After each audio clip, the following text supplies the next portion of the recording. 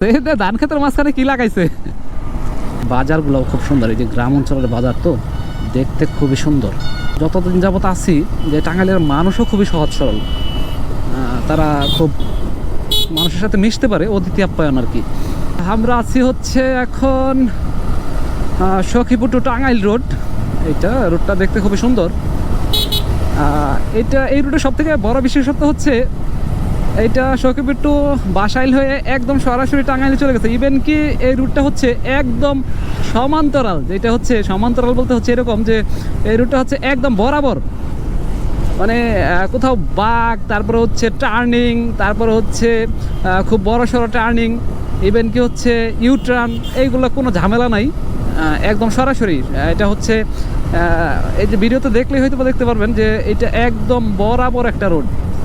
আর খুব বেশি একটা গাড়ি চলে বইলা মনে হয় না, তবে সিএনজি তারপরে হচ্ছে অটোরিকশা এইগুলো প্রচুর পরিমাণে চলে আর কি। বিশেষ করে সিএনজির ব্যাপারটা একটু অন্যরকম।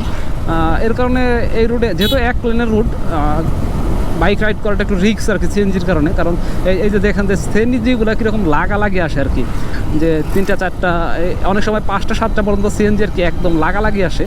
এর কারণে একটু বাইক রাইড করাটা একটু আর কি কষ্টজনক। যেমন ওভারটেকিংয়ের ক্ষেত্রে খুব সতর্ক থাকা খুব জরুরি। ওভারটেকিং, তারপর হচ্ছে ওভার স্পিড এই রোডে একদমই চলবে না। এই যে অনেকক্ষণ পর একটা বাস দেখলাম, পুরো রাস্তায় ফার্স্ট আর কি বাস বের হয়েছে।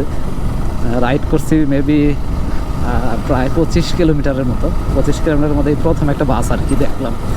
যে এলাকাটা আসলে দেখার মতো একটা এলাকা, গ্রাম অঞ্চলের রোড অস্থির।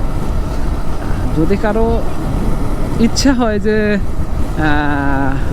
গ্রামের ফিল নিবে, গ্রামের অ্যাডভেঞ্চার নিবে, তাহলে এই এলাকা তার জন্য পারফেক্ট। যে কেউ আসতে পারে এই এলাকায়।